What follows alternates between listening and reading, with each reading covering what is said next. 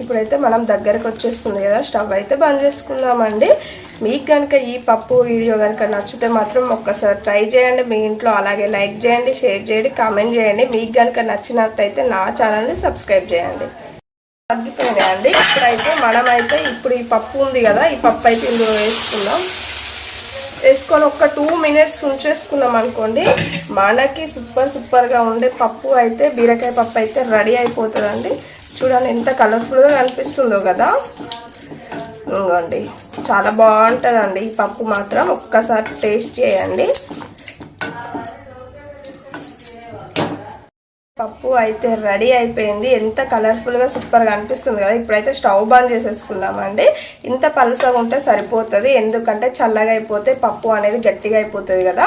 అందుకోసము దీని కాంబినేషన్లో మనకి ఏదైనా చట్నీ కానీ స్పైసీగా కలిపేసుకొని తిన్నా బాగుంటుంది, డైరెక్ట్ ఇట్లా తిన్నా బాగుంటుంది.